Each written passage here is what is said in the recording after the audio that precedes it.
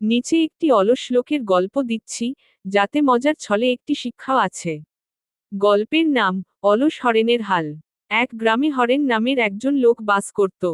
হরেনের গায়ে ছিল মারাত্মক রকমের আলসেমি। কেউ যদি বলে, চলো জমিতে কাজ করি, হরেন তখনই বলে, আকাশে মেঘ আছে, আজ না হোক কাল। কেউ বলে, চলো নদী থেকে পানি আনি, হরেন তখন বলে, নদী তো কালো থাকবে। হরেন শুধু খায় আর ঘুমায়। গাছের নিচে বসে বসে ভাবে, যদি গাছ নিজেই ফল পেড়ে আমার মুখে দিত, কি আর ভালো হতো। একদিন গ্রামে দুর্ভিক্ষ শুরু হলো।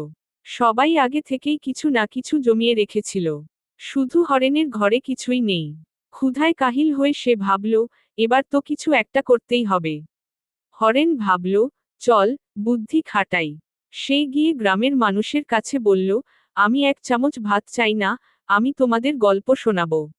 লোকজন প্রথমে হাসল, তারপর মজা পেল। হরেন সত্যিই দারুণ সব গল্প বানিয়ে বলতো। ধীরে ধীরে সবাই তাকে ডেকে নিয়ে যেতে লাগলো, গল্প শুনে বিনিময়ে তাকে খেতে দিত।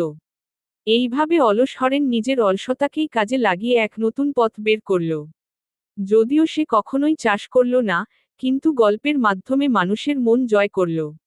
গ্রামের শিশুরাও তার গল্প শুনে মজা পেত।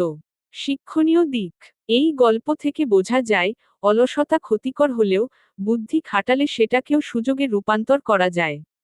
কাজ না করেও কেউ বুদ্ধিমত্তা দিয়ে সমাজে নিজের জায়গা করে নিতে পারে।